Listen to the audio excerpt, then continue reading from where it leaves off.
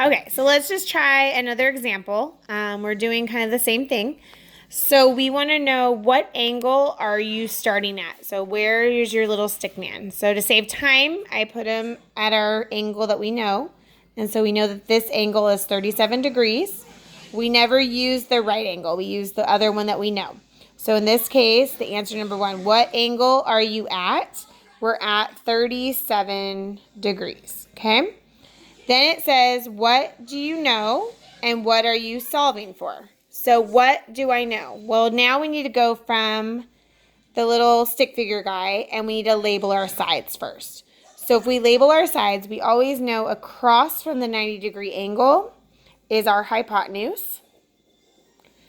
And across from our stick figure man, if he walks across, right, that is our opposite side.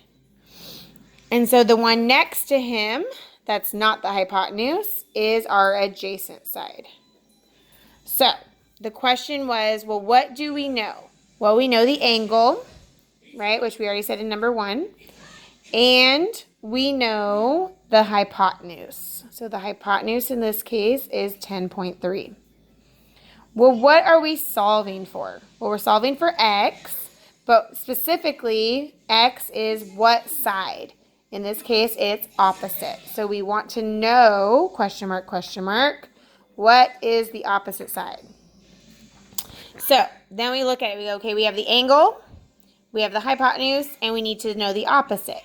So if we go to SOHCAHTOA, what trig function, which ratio involves the opposite side and the hypotenuse? So if we go up here, we said which one involves the opposite side and the hypotenuse. And we'll see that it's sine. So sine is the opposite and the hypotenuse. And the opposite goes in the numerator. So we're going to set it up. So what trig function are we using? We're using sine. And how do we set it up? Well, we say sine.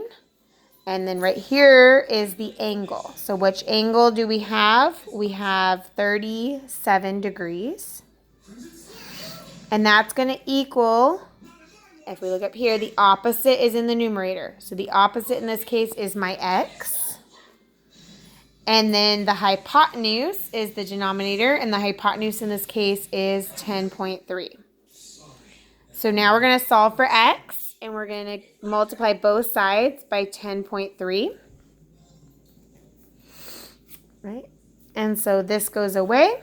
And so we have x equals 10.3 times the sine of 37 degrees, right? And so if we go to the graphing or the scientific calculator, you don't even need a graphing calculator. The scientific calculator, which there's some online, we're going to clear this out. And we're going to say, okay, 10.3 times, and we're going to do parentheses. And in this case, we're using sine. So sine is right here, sine of 37. You want to make sure it's in degrees, and it still is. And that's going to equal roughly 6.2. So our answer here then is x equals 6.2. So what is x? X was the opposite side. So we now know that. If you wanted to find the adjacent side, you could now use Pythagorean theorem. And so you could do a squared plus b squared equals c squared. And it's a little bit easier because now you know 2 of the 3 sides. Join me again for some more examples.